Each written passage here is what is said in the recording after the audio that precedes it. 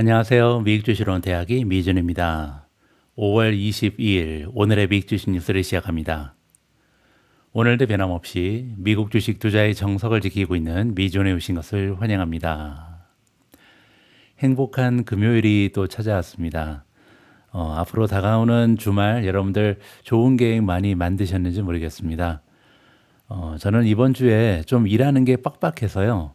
이번 주말은 평소보다 조금 더 기대가 되고 있습니다. 최근에 미준 유튜브 채널 오시면요. 굉장히 다채로운 컨텐츠가 여러분들께 제공이 되고 있는데요. 아마 많은 분께서 이미 알고 계실 텐데, 최근에는 쇼츠 영상도 하루에 하나씩 공유가 되고 있습니다. 월요일부터 금요일까지 저와 함께 일하고 계신 미준 파트너님께서 굉장히 정성스럽게 쇼츠 영상을 제작해서 여러분들께 한국 시간 기준으로 저녁 때 공유가 되고 있거든요.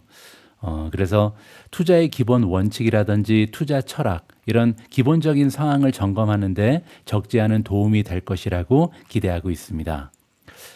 그뿐만이 아니죠.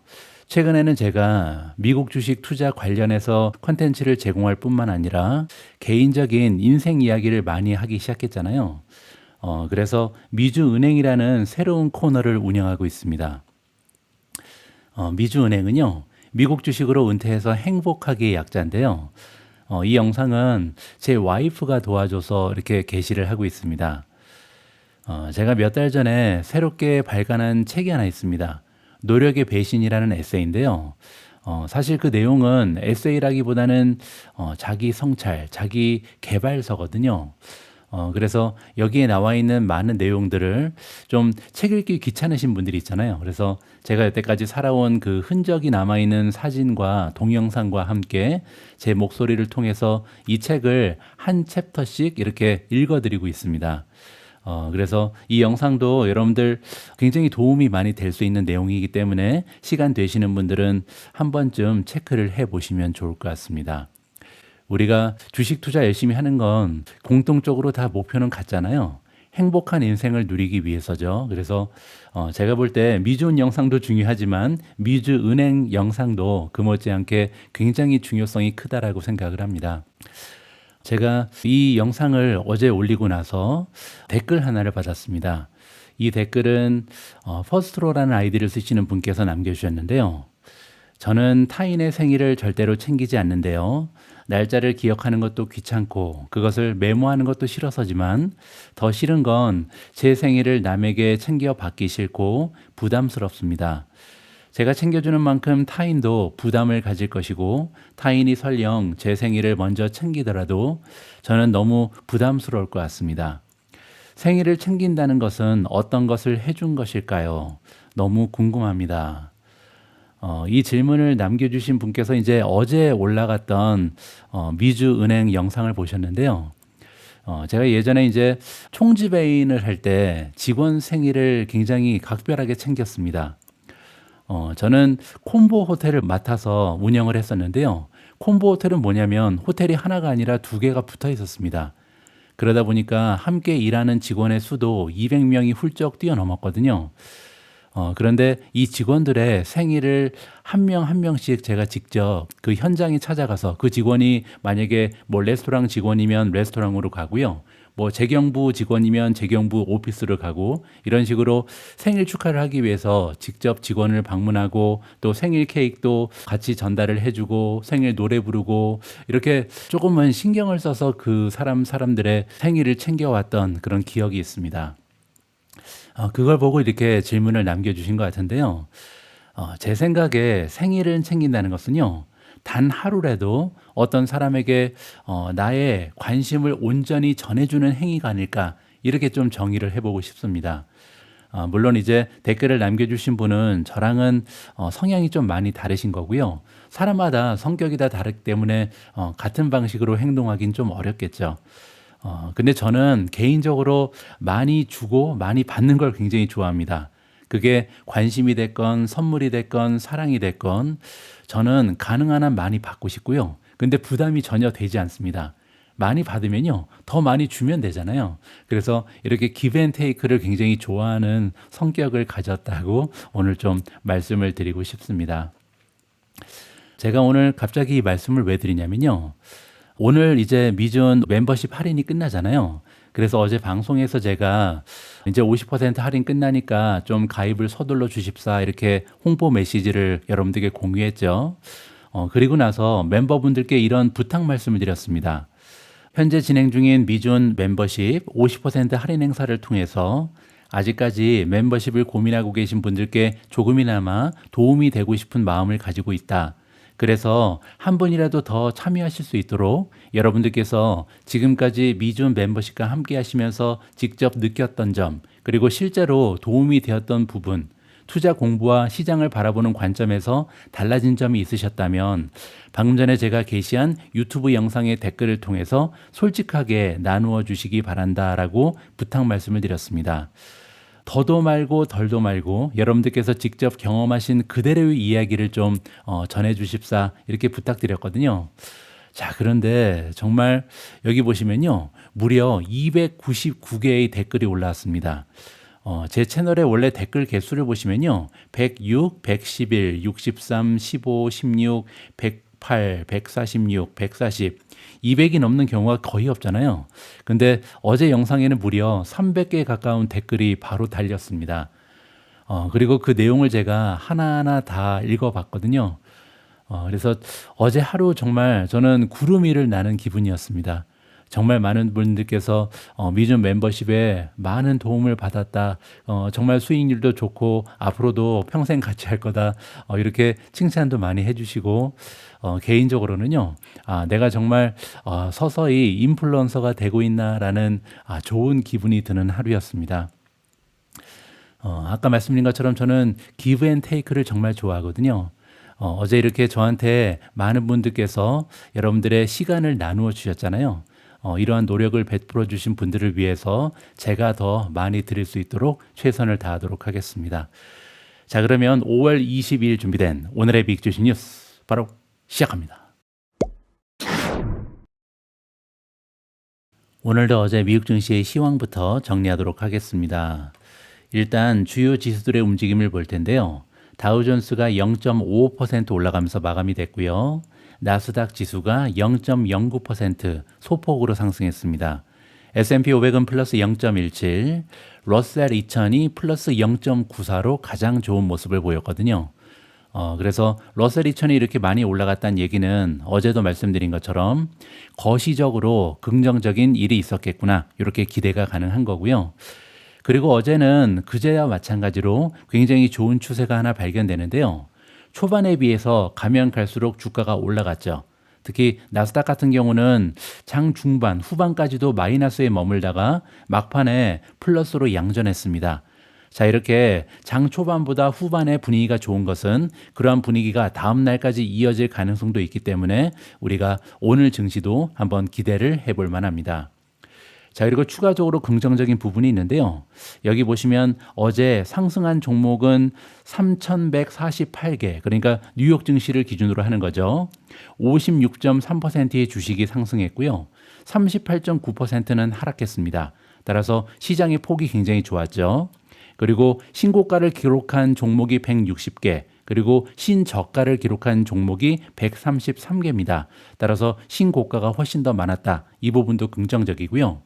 그리고 뉴욕 증시에 상장되어 있는 종목 중에 지금 50일 이평선 이상으로 주가가 올라가 있는 종목의 비율도 53.6%로 올라갔고요.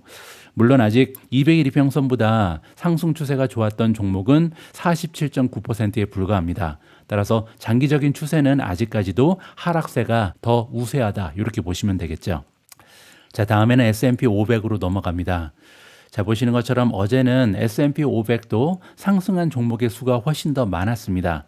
물론 이제 굵직굵직한 메가테크 기업들이 빨간색이 많잖아요. 이것 때문에 지수 자체는 많이 올라가지 못했죠. 그럼에도 불구하고 시장의 폭도 좋았고 이따가 보여드리겠지만 미준 탑픽도 굉장히 좋았습니다. 자, 어제는 섹터별 성적을 보시면요. 인더스트리얼, 산업재죠. 그리고 필수 소비재, 에너지만 떨어졌습니다. 에너지가 이렇게 1.12% 떨어졌다는 것은요. 이제는 우리가 아는 거죠. 어제 왜 소형주가 좋았냐? 소형주가 좋았던 이유는 결국 오일 가격이 떨어졌기 때문이다. 오일 가격이 떨어지면 뭐가 좋냐면요. 국채 수익률이 떨어지거든요. 따라서 경제적으로 좋은 효과를 발휘할 수 있는 긍정적인 기운이 어제 시장을 지배했다. 이렇게 보시면 됩니다. 다음에는 시장의 폭인데요. 앞에서 보신 것처럼 시장의 폭이 조금 더 넓어졌습니다. 자, 이제는 어제 52%에서 53.98로 올라갔습니다. 물론 아직까지는 좋은 폭은 아니죠. 이게 60, 70으로 계속 올라가야 되는데요. 그럼에도 불구하고 50 아래까지 떨어졌다가 다시 반등하는 모습을 보이고 있습니다. 장기적으로 추세가 좋은 종목도 55.17%로 소폭으로 상승했고요. 자, 다음에는 빅스인데요. 빅스는 굉장히 좋습니다. 16.75까지 떨어졌거든요. 그래서 18 이상에 있었는데 17로 어제 떨어졌고 어제 17에서 16으로 떨어졌죠. 자, 이런 식으로 시장의 변동성이 계속해서 줄어든다는 것은 굉장히 긍정적이다. 이렇게 다시 한번 말씀드릴 수가 있을 것 같고요. 피어 앤 그리드 인덱스는 어제 60이었는데 58로 오히려 떨어졌습니다. 이 부분은 조금 의아하죠. 그래서 지금 변동성 지수랑 공포 탐욕 지수는 정반대의 이야기를 하고 있는 거고요. 이 부분은 조금 더 지켜볼 필요가 있을 것 같습니다. 자, 마지막으로 AAII 설문조사 결과인데요. 수요일 날 이제 진행이 됐고요. 어제 발표가 됐는데요. 자, 굉장히 흥미롭네요. 왜냐하면 지난 3주 동안은요. 긍정적인 전망을 가진 사람들의 퍼센티지가 비교적 괜찮았거든요. 38.1, 38.3, 그리고 지난주에는 무려 39.3까지 올라갔었죠. 자, 그런데 긍정적인 전망을 가진 사람들의 퍼센티지가 갑자기 뚝 떨어졌습니다. 31.7%까지 낙하했고요.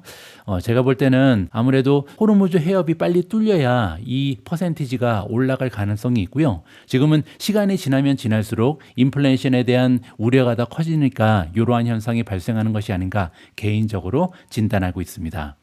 자, 그리고 부정적인 전망을 가진 사람도 지난주에는 36.6%에 불과했는데요. 이제는 무려 43.6%까지 급등했습니다.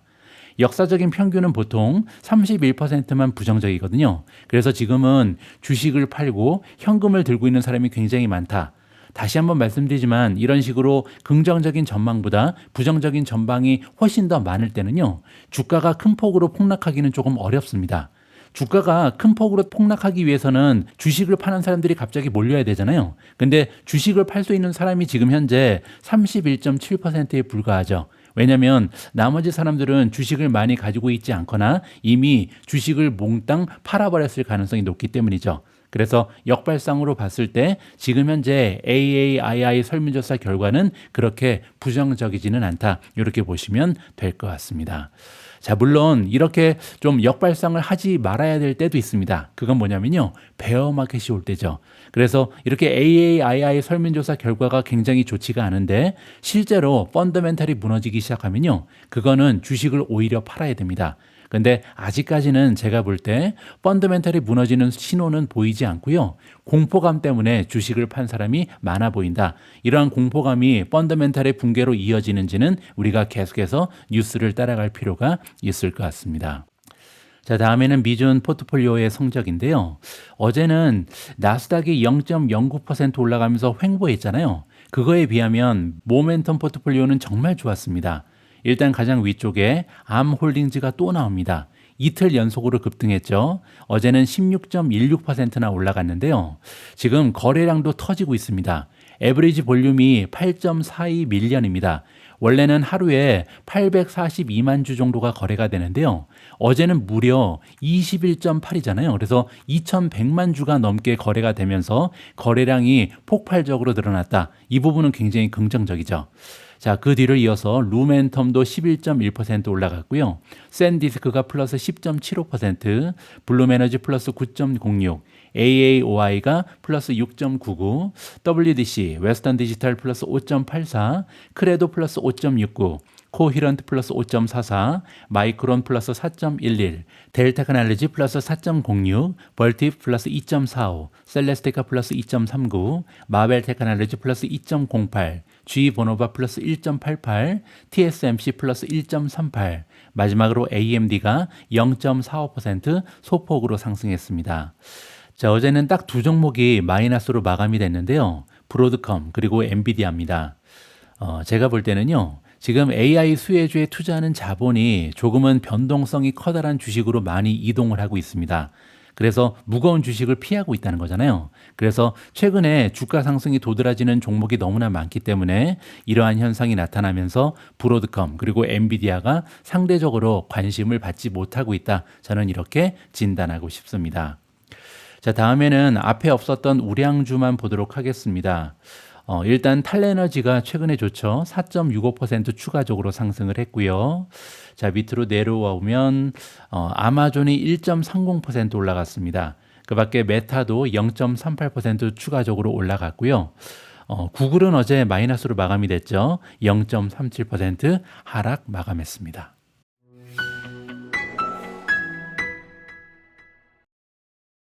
오늘의 메인 기사로 넘어갑니다. 오늘도 제가 직접 작성한 글을 여러분들과 공유할 텐데요. 이 글의 제목은 젠순왕의 말이 다시 한번 맞는다면 이라고 지어봤습니다. 굉장히 흥미진진한 내용이거든요. 그리고 중요합니다. 근데 제가 쓴 글을 읽어드리기 전에 일단은 배경 설명이 되는 기사 하나부터 읽고요. 그리고 나서 자연스럽게 미준의 한마디로 연결해서 제 이야기를 풀어볼 수 있도록 하겠습니다. 자, 일단 기사부터 읽어보시죠. 엔비디아 CEO 젠슨왕은요, AI 투자 지출 규모에 대해서 월가의 가장 낙관적인 전망치조차 훨씬 앞서는 수치를 제시하고 있다. 자, 그래서 시장의 애널리스트들이 지금 하이퍼스케일러들이 어느 정도의 자본을 지출하는지 업데이트를 계속하고 있잖아요. 근데 지금 현재 굉장히 긍정적인 수치에 비해서도 젠슨왕의 전망은 훨씬 더 높다. 이렇게 보시면 됩니다. 자, 그러한 전망은 언제 발표됐냐면요. 수요일 저녁 실적 발표 컨퍼런스 콜입니다. 자, 여기에서 젠슨왕 CEO는요. AI 자본 지출, 카펙스라고 부르는 AI 자본 지출이 4조 달러에 달할 수 있다. 이렇게 밝혔거든요. 정확하게는 이렇게 얘기했습니다. 카펙스는 현재 1조 달러 수준이며 3조에서 4조 달러를 향해 성장하고 있다. 그리고 이는 알파벳, 아마존과 같은 하이퍼스케일러에 한정된 수치로 네오클라우드 등 슈퍼컴퓨팅 시장의 다른 영역은 포함하지 않은 것이다. 엄청난 전망이죠. 왜냐하면 사실 아직까지도 1조 달러가 되려면 시간이 좀 더 걸리거든요. 근데 무려 얼마 지나지 않아서 3조에서 4조까지도 늘어날 것이다. 그리고 이 수치는 그냥 알파벳, 아마존, 마이크로소프트, 메타 이렇게 4개 기업이 우리가 보통 이제 하이퍼스케일러라고 부르잖아요. 이런 기업이 쓰는 돈만 해도 3조를 넘을 것이다. 이런 전망이라고 보시면 됩니다. 따라서 여기에는요. 네비우스라든지 코어위브 같은 네오클라우드가 지출하는 금액은 담지 않았다. 이렇게 설명을 하고 있고요. 자, 엔비디아의 최고 재무 책임자가 나옵니다. 콜레트 크레스죠. 자, 이분 역시도 어닝콜에서 더욱 구체적인 수치를 언급했는데요. 애널리스트들은 하이퍼스케일러의 카펙스가 2027년 1조 달러를 초과할 것으로 전망하고 있다. 따라서 지금 시장의 컨센서스라고 부르는 거 있잖아요. 이 컨센서스는 내년에 1조 달러를 예상하고 있는 겁니다. 자, 그런데 에이전틱 AI가 있잖아요. 그래서 이렇게 새로운 형태의 AI인 에이전틱 AI가 전 산업에 본격적으로 확산되기 때문에 AI 인프라 지출은요. 이번 2020년대가 끝나는 시점, 즉 2030년 정도가 되면요. 연간 무려 3조에서 4조 달러에 달할 것으로 전망이 나와 있습니다. 자, 여기서 중요한 점은요. 이 수치가 월가의 현재 컨센서스 경로를 훨씬 더 앞서고 있다는 점이다. 자, 니덤이라는 투자 기관의 애널리스트 로라 마틴이 나오는데요. 하이퍼스케일러들의 자본 지출이 2028년에 1조 300억 달러에 달할 것이라는 것이 현재 시장의 컨센서스입니다. 그래서 내후년이죠. 2028년이면 내년도 아니고 후년이잖아요. 근데 지금 후년에 1조 달러 정도를 기대하고 있는데 만약에 젠순왕의 예측이 맞다면요. 불과 2년 뒤, 그러니까 2028년 다음에 2029, 2030이니까 2년 뒤잖아요. 2년 뒤에 수치가 1조 달러에서 무려 3조에서 4조까지 늘어난다. 그 얘기는 4분의 1 수준에 불과하다는 거죠. 따라서 둘 중에 하나는 지금 예측이 많이 틀린 겁니다. 만약에 젠슨왕의 예측이 맞다면 아래 차트에 포함된 컨센서스 추정치는 상향 조정될 것으로 판단이 된다라고 얘기합니다. 젠슨왕의 하이퍼스케일러 자본 지출에 대한 비전은 하이퍼스케일러들이 자사 실적 콜에서 언급하는 내용과 다르며 훨씬 더 흥미롭다. 자, 지금 사실 시장의 기대치, 컨센서스는요, 어닝콜에서 이제 CEO들이 얘기하는 걸 합쳐서 만들잖아요, 보통. 따라서 이게 지금 시장의 컨센서스인 이유는요, 그 기업들이 예상하는 자본 지출의 규모를 합친 거랑 비슷합니다. 자, 그래서 지금 현재 2026년 회계년도, 2027년, 그리고 2028년이 나와 있는데요. 2028년은 내후년이죠. 내후년이 돼야 보통 이제 1조 달러를 기대하고 있는데 문제는 젠슨왕 그리고 엔비디아가 기대하고 있는 수치는 이거에 비해서 무려 4배나 높다는 거죠. 불과 2년 후에 1조 달러에서 4조 달러까지 올라갈 것으로 엄청난 기대를 지금 표명하고 있습니다. 자, 일부 월가 분석가들은요, 내년 말까지 카펙스가 1조 달러에 돌아갈 것으로 예측하긴 합니다. 따라서 내후년이 아니라 2027년이 되면 1조 달러가 가능하다. 이렇게 좀 공격적으로 분석하는 사람도 있다는 거죠. 하지만 컨센서스보다 빠른 속도를 전망하는데도 불구하고 이 역시 젠슨왕의 전망, 즉 이후 3년간 4배 정도 증가할 것이다. 여기에는 크게 못 미치죠. 그래서 지금 시장의 기대치랑 젠슨왕이 바라보고 있는 예측은 많은 차이가 있다. 이게 지금 핵심입니다. 자, 그리고 물론 하이퍼스케일러를 비롯한 업체들의 인프라 투자 확대는요, AI 반도체 시장의 압도적인 강자, 즉 엔비디아에게 직접적인 수혜로 작용할 수밖에 없겠죠. 자, 그리고 젠슨 황의 낙관론을 뒷받침하는 게 있는데요. 클라우드 매출의 견조한 성장, 그리고 프론티어 알고리즘의 지속적인 발전입니다. 자, 여기에서 얘기하는 프론티어 알고리즘의 지속적인 발전은요, 우리가 이용하고 있는 챗GPT라든지 제미나이 그리고 클로드의 발전을 얘기하는 건데요. 뭐 최근에 여러분들 잘 알고 계신 것처럼 이 모델들의 발전 속도 그리고 이 기업들의 매출 성장이요, 기하급수적으로 정말 향상되고 있습니다. 자, 이게 첫 번째 이유. 두 번째는요, 클라우드 매출의 견조한 성장이죠. 그래서 실제로 주요 클라우드 기업들의 분기 매출을 보시면요, 모두 시장의 기대치를 크게 상회하고 있습니다. 알파벳은 무려 성장률이 63%를 찍고 있고요. AWS는 플러스 28%, 마이크로소프트도 40%나 각각 성장하고 있다. 따라서 이 기업들의 성장 추세가 강화된다는 것이 역시 젠슨황의 낙관론을 뒷받침한다. 이렇게 보시면 됩니다. 자, 젠슨황은 또 이렇게 얘기합니다. 세계에는 10억 명의 인간 사용자가 있다. 그리고 내 생각에는 세계가 수십억 개의 에이전트를 갖게 될 것이고 그 에이전트 하나하나가 다시 하위 에이전트들을 파생시킬 것이다. 자, 그래서 지금 현재로서는요, 사실 인간 사용자가 인공지능을 이용하는데요, 얼마 지나지 않아서는요, 에이전트가 에이전트를 이용하는 시대가 도래할 것이다. 그렇게 되면 토큰의 사용량이 기하급수적으로 올라갈 수도 있겠죠. 자, 이러한 이론을 가지고 젠슨황은 자신의 예상을 피력했다라고 보시면 될 것 같습니다. 이 아래쪽은 이제 조금은 부정적인 의견을 좀 밸런스를 맞추기 위해서 등장했는데요. 저는 이거보다는 젠슨황의 말이 정말 실현된다면 어떤 일이 생길 것인가, 여기에 좀 초점을 맞춰볼까 합니다.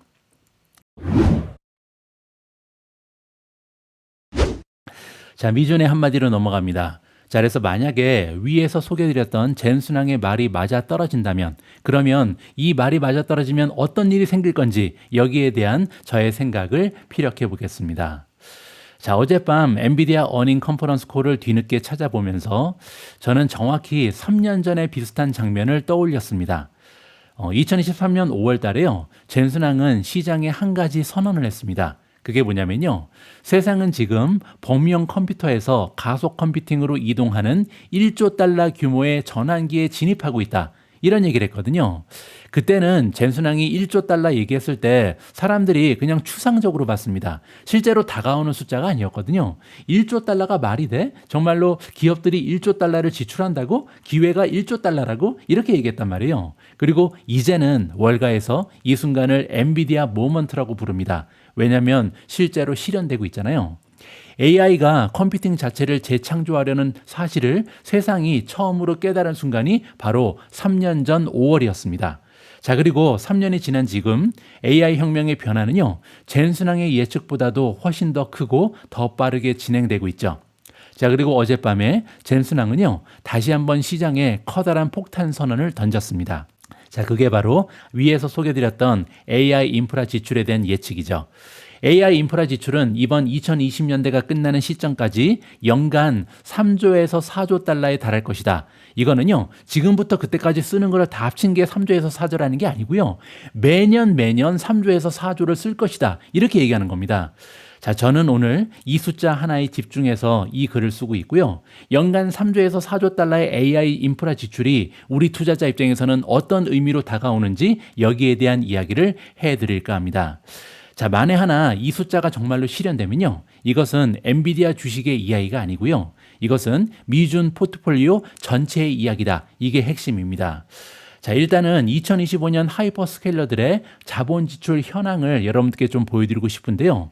이거는 여러분들 집계하는 기관에 따라서 4천억 달러가 넘는 데도 있고 거의 5천억 달러 근처까지 가는 경우도 있는데요.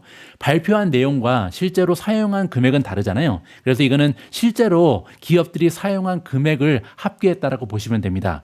자, 어쨌든 3,200억 달러를 작년에 마이크로소프트, 구글, 아마존, 메타가 사용했다. 이렇게 좀 보수적으로 평가를 하고요. 자, 그러면 3,200억 달러가 AI 인프라 각 영역에 어느 정도의 배분이 되고 있는지 이걸 살펴볼 필요가 있습니다.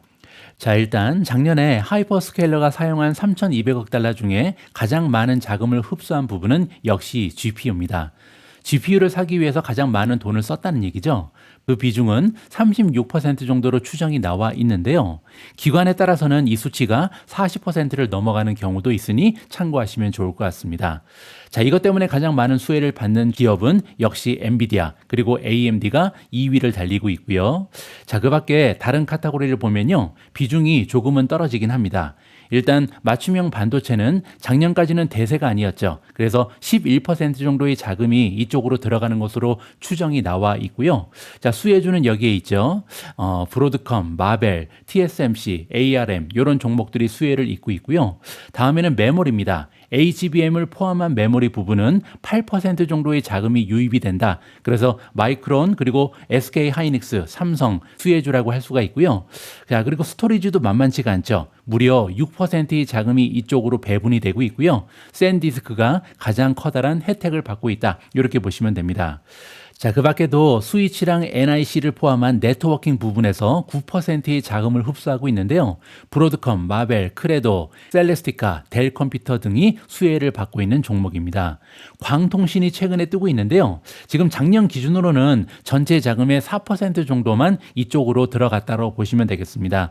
자, 따라서 갈 길이 아직 멀죠. 다음에는 CPU도 7% 정도가 이쪽으로 분배가 됐다라고 추정이 나와 있고요. 전력, 냉각, 인프라가 13%나 가져가고 있습니다. 뭐 그 밖에도 건설이라든지 부지 쪽에도 금액이 6%가 할당이 되어 있고요. 자, 어쨌든 이거는요. 작년을 기준으로 했을 때 전체 자금 중에 각 섹터로, 각 카테고리로 어느 정도의 자금이 들어갔는지 우리가 그 비중을 계산해 본 것이고요. 자, 그러면 중요한 점은 여기에서 향후에 얼마 정도의 성장 가능성이 있는지 이걸 한번 보는 거죠. 자, 따라서 2030년까지의 변화를 예측해 볼 텐데요. 투자자로서의 가장 중요한 질문은 바로 이거죠. 무엇이 가장 빠르게 성장하는가? 여기에 초점을 맞춰서 계산을 해보면 좋을 것 같습니다. 자, 이제는 핵심 질문입니다. 만약에 젠순왕의 예측대로 2030년 AI 인프라 지출이 연간 3조에서 4조, 그래서 중간이 3.5조죠. 그러면 오늘은 3.5조를 기준으로 한번 계산을 해보도록 하겠습니다. 자, 그러면 앞에서 소개드렸던 각 카테고리의 비중은 어떻게 변화할 것인가? 자, 구조적인 변화의 방향을 일단 설정을 해야겠죠. 자, 첫 번째 변화는요. 맞춤형 반도체가 급등할 가능성이 높습니다. 자, 왜냐면요. 구글의 TPU, 아마존의 트레이니움, 마이크로소프트의 마이아, 메타의 MTIA 등 모든 하이퍼스케일러가요. 자체 AI 칩 개발에 집중을 하고 있죠. 그 이유는 뭐냐면요. 효율성이 중요해지는 추론의 시대에 들어섰기 때문입니다. 자, 따라서 작년에는 전체 자금의 11%가 배분이 됐는데 이제는 다가오는 미래에 22%까지 2배는 성장하지 않을까. 물론 2030년까지긴 합니다. 하지만 굉장한 성장을 기대해 볼 수가 있는 거고요. 두 번째는 광통신입니다. 광통신은 앞에서 보신 것처럼 아직까지는 많은 자금이 들어가진 않았잖아요. 근데 이제는요. 폭발적인 성장을 보일 만한 이유가 있습니다. 자, 왜냐하면 GPU의 클러스터의 규모가 커지고 있거든요. 그래서 이제는 수십만 개에서 수백만 개의 GPU를 붙여서 클러스터로 확장이 되고 있습니다. 그렇게 되면 광대역폭이 최대의 병목을 보일 가능성이 높거든요. 그리고 광통신은요, 비중이 작기 때문에 성장률은 더 가속화될 가능성이 매우 높다라고 평가가 가능할 것 같습니다. 자, 다음에는 스토리지도 만만치 않죠. 수요가 급등할 가능성이 높은데요. 왜냐하면 에이전틱 AI가 뜨고 있기 때문이죠. 우리가 잘 알고 있는 것처럼 에이전틱 AI는요, 사람 대신 24시간 일하면서 24시간 추론하면서 데이터를 생성합니다. 자, 그런데 이 데이터를 저장할 공간이 필요하잖아요. 따라서 저장 공간의 수요가 기하급수적으로 팽창할 가능성이 높다. 따라서 스토리지 쪽의 수요도 급등할 가능성이 제기되고 있습니다. 자, 그리고 결국 마지막에 가장 좀 병목 현상이 지속될 것으로 기대되는 부분은 전력 인프라죠. 왜냐하면 결국은요, 에너지가 AI 확장의 가장 근본적인 제약이 될 가능성이 높거든요. 따라서 지금부터 향후 중기적으로 봤을 때, 그리고 장기적으로 봤을 때는 전력, 냉각 비중은 꾸준히 확대될 것으로 예상이 나와 있습니다. 자, 이렇게 나머지 부분이 계속해서 급등하거나 증가한다면 결국 GPU가 가져갈 수 있는 비중은 줄어들 수밖에 없다. 이렇게 보는 것이 당연할 것 같습니다. 자, 그래서 밑에 보시면 제가 예측을 좀 적어놨습니다. 2025년의 비중이 나중에 2030년이 되면 카테고리별로 어느 정도의 성장률을 전망할 수 있는가, 비중이 어느 정도로 변화할 것인가, 이걸 계산해 놓은 건데요. 자, 여러분들 이거는 예측일 뿐입니다. 그래서 100% 확실하기는 어렵다. 그래서 어느 정도는 우리가 방향성만 본다. 이렇게 보시면 될 것 같고요. 구체적인 수치에 목숨을 거시면 안 된다. 이 말씀은 아울러서 드리고 싶습니다. 자, 일단 GPU가 가장 커다란 비중을 차지하고 있었는데요. 2030년이 돼도 역시 가장 많은 자본은 GPU로 들어갈 수밖에 없을 것 같습니다. 핵심이 GPU이기 때문이죠. 그래서 금액으로 보면 115빌리언에서 무려 875빌리언으로요. 7.6배 정도 추가적으로 상승하는 셈입니다. 그러니까 5년 동안 그렇다는 거죠. 자, 그런데 비중을 보시면요. 36%에서 25%로 오히려 줄어들죠. 그리고 이거를 연평균 성장률로 계산을 해보니까 약 50% 정도의 성장이 기대가 된다. 물론 이거는요, 2026년도 합친 거기 때문에 이렇게 높은 거고요. 2027년, 2028년, 2029년은 50% 이하로 떨어질 가능성도 충분히 존재합니다.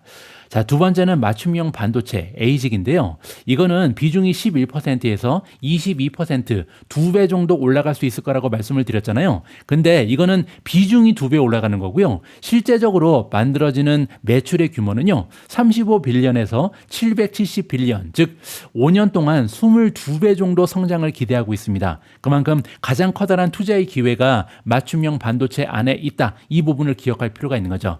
연평균 성장률로 계산을 하면 무려 85%가 나오고요. 자, 다음에는 지금 현재 병목 현상이 가장 뚜렷하게 나타나는 부분이죠. 메모리랑 HBM인데요.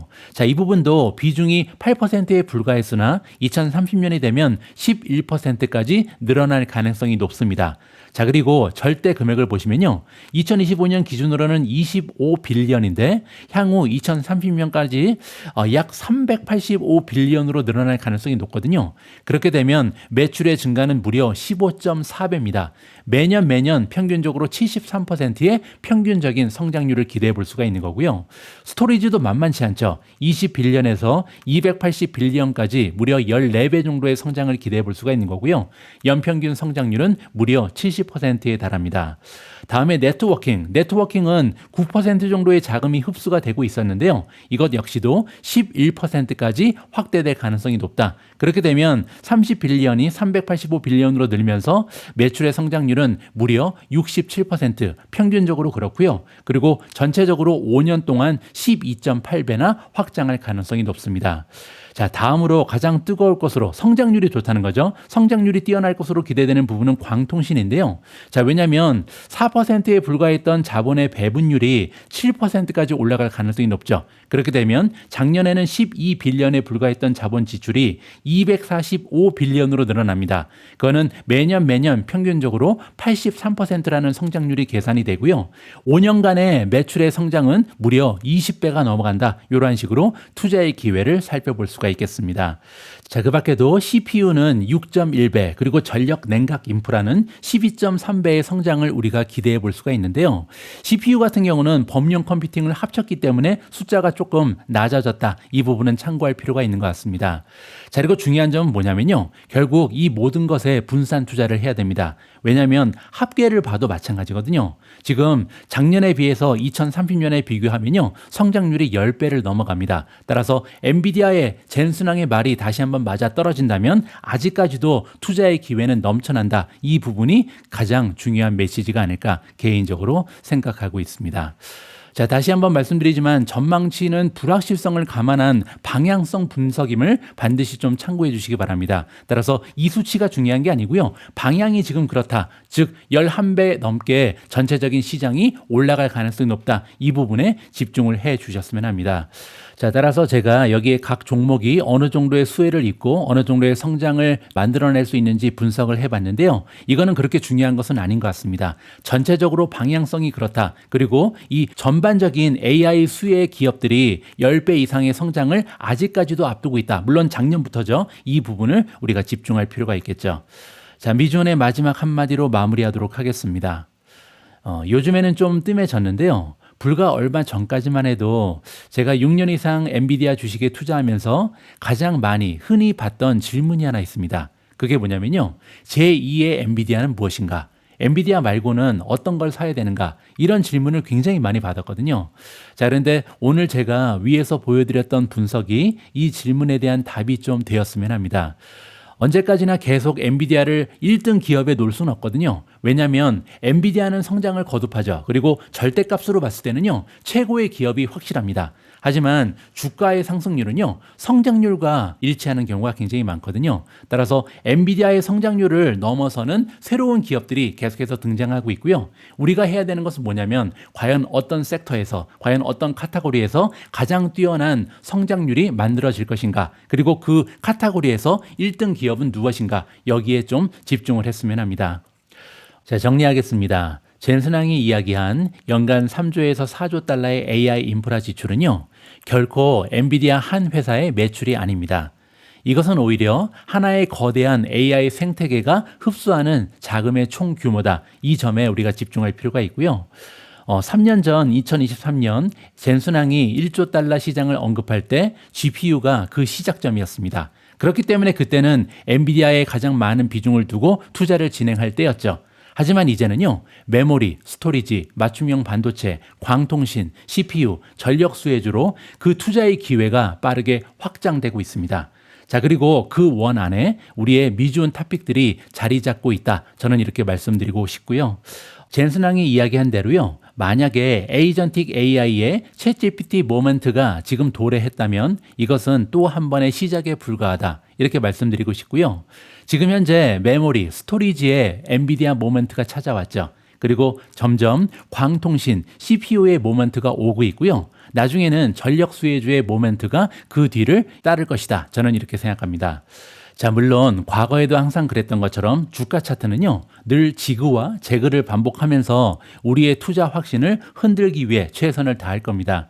자, 하지만 성장주 포트폴리오를 구성하면서 우리가 스스로 선택한 게 있죠. 그 두 가지는요. 불확실성 그리고 변동성이거든요.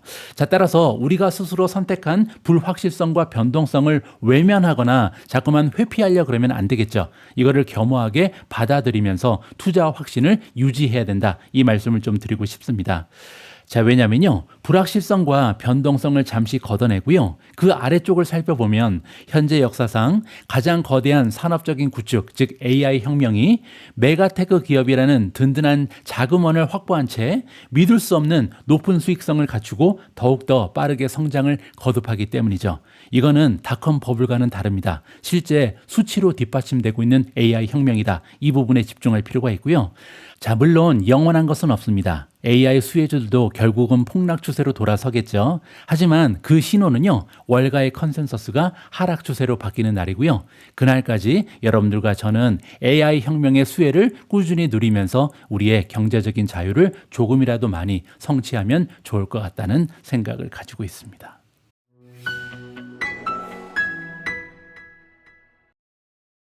오늘 마지막으로 준비된 컨텐츠는 미주온 팟캐스트입니다. 정말 오래간만에 미주온 팟캐스트를 공유하는 것 같은데요. 오늘 팟캐스트의 주인공은 블룸 에너지입니다. 앞에서 제가 말씀드린 것처럼 여러 가지 병목 현상이 순서에 따라서 단계적으로 진행이 되고 있는데요. 결국 최종 목적지는 전력 공급이다. 저는 이렇게 생각하고 있고요. 따라서 지금부터도 블룸 에너지를 비롯해서 많은 전력 수혜주에 관심을 가져야 되는데요. 특히 블룸 에너지는 가장 먼저 각광을 받고 있는 이유가 있습니다. 그 이유를 이번 팟캐스트를 통해서 직접 확인하시면 좋을 것 같습니다. 5월 22일 오늘의 빅 주식 뉴스는 여기까지입니다.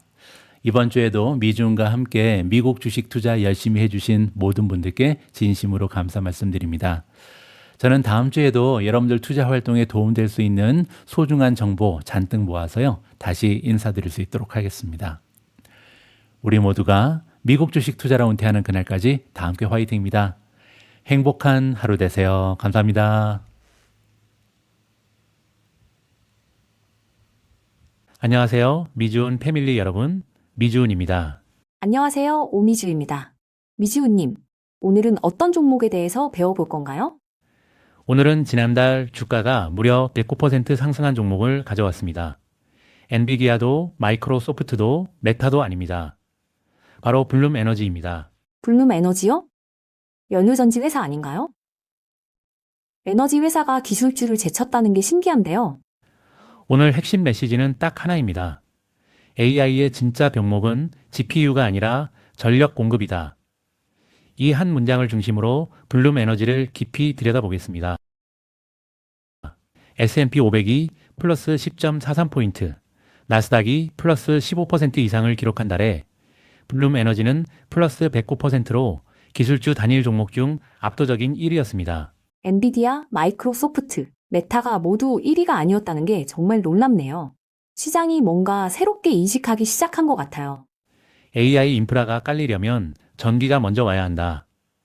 AI 수혜주라고 하면 반도체, 소프트웨어만 떠올렸는데 이제는 전력 인프라까지 시야가 넓어진 겁니다. 전력이 더 필요하다와 지금 당장 필요하다. 이 둘은 완전히 다른 문제입니다.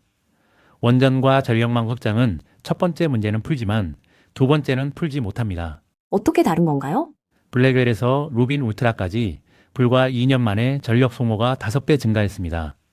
그런데 텍사스 전력망 대기 용량은 226기가와트인데 24에서 25년에 실제로 추가된 신규 용량은 고작 23기가와트입니다. 수요와 공급의 간극이 어마어마하네요. 블룸 에너지는 이걸 어떻게 해결하나요? 수년이 걸리는 전력망 연계 대신 데이터 센터 옆에 직접 발전 설비를 설치합니다. GPU가 놀고 있는 동안 경쟁사가 먼저 전력을 확보해서 시장을 선점하는 상황. 블룸 에너지는 바로 그 문제를 해결합니다. 더 많은 전력과 급한 전력을 동시에 풀 수 있는 극소수 기업 중 하나입니다. 그러면 제품이 실제로 어떻게 작동하는지 설명해 주실 수 있을까요? 핵심은 계량기 후단입니다. 전력망에서 전기를 끌어오는 게 아니라 가스 파이프라인에서 직접 연료를 받아 현장에서 전기를 만드는 방식입니다. 특징이 4가지인데요. 첫째, 천연가스, 바이오가스, 수소 모두 사용 가능한 연료 유연성. 째, 5-9 등급 99.999% 신뢰도. 시, 20메가와트에서 500메가와트 이상까지 단계적 확장. 셋, 매년 2자릿수 비용 절감에 10년 전 대비 전력 생산량 10배입니다. 그리고 오라클 클라우드에 90일 납기 약속을 단 55일 만에 완료했다는 것도 인상적이었어요. 데이터 센터 입장에서 전력이 한 달 빨리 들어오면 그만큼 AI 서비스를 먼저 시작할 수 있습니다. 이게 블룸 에너지의 실질적인 경쟁력입니다. 이번 109% 상승의 직접 촉매는 오라클 프로젝트 주피터입니다. 뉴멕시코 AI 캠퍼스에 블룸 에너지가 단독 솔루션으로 2.45기가와트를 공급합니다. 오라클 공식 발표에서 세계 최대 규모의 독립형 마이크로그리드 발전 시설 중 하나라고 밝혔습니다. 왜 기존 가스 터빈 대신 블룸 에너지를 선택한 건가요? 2가지입니다. 지역 주민 우려에 대한 책임감 있는 파트너 역할, 그리고 대체 솔루션보다 훨씬 빠른 구축 가능성. 여기에 기존 가스터빈 대비 질소산화물 배출이 마이너스 92%라는 점이 결정적이었습니다. AI 데이터 센터가 블룸 솔루션만으로 완전 운영되는 최초의 사례입니다. 스토리는 매력적인데 실적 숫자는 어떤가요? 주가 상승이 단순한 모멘텀이 아니었다는 걸 실적이 증명했습니다. 상장 이래 가장 강한 1분기였습니다. 매출 7억 5,100만 달러로 전년 동기 대비 플러스 110.4%, 컨센서스도 39.1% 상회했습니다. 이익 쪽은 어떤가요? 조정 주당 순이익이 0.44달러로 컨센서스 0.13달러를 242% 상회했고요. 영업 현금 흐름은 역사상 첫 1분기 흑자 전환입니다. 그리고 26년 매출 가이던스를 34억에서 38억 달러로 대폭 상향. 중간값 기준 전년 동기 대비 플러스 77.9% 성장 전망입니다. 앞으로의 성장 가능성은 어떻게 보시나요? AI의 다음 단계는 추론입니다. BCG 전망으로 2028년까지 추론 전력 수요 연평균 성장률은 플러스 122%, 학습의 4배입니다. 그리고 추론은 사용자 가까이에서 실시간으로 일어납니다. 인구 밀집 지역, 낮은 대출, 작은 설치 공간, 빠른 구축. 이 네 조건이 블룸 에너지의 강점과 정확히 일치합니다. 전 그룹 최고 경영자 출신인 사이먼 에드워즈를 최고 재무 책임자로 영입한 것도 그 신호로 볼 수 있겠네요. 맞습니다. 그룹은 추론 인프라 선두 기업으로 최근 엔비디아에 인수됐는데 그 핵심 인물이 블룸으로 왔다는 건 추론 시장 진출을 위한 의도적인 포석입니다. 오늘 블룸 에너지에 대해서 많이 배웠습니다. 오늘도 감사합니다, 미주훈님. 미주훈 패밀리 여러분, 다음 에피소드에서 또 만나요.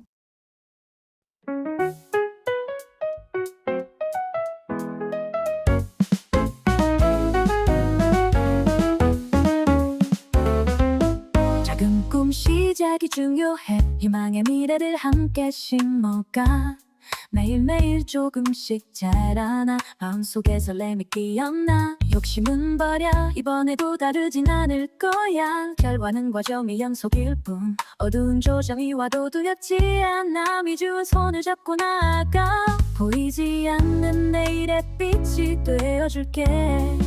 행복한 투자, 서로의 꿈을 응원하며 아름다운 내리막길 같이 걸어가.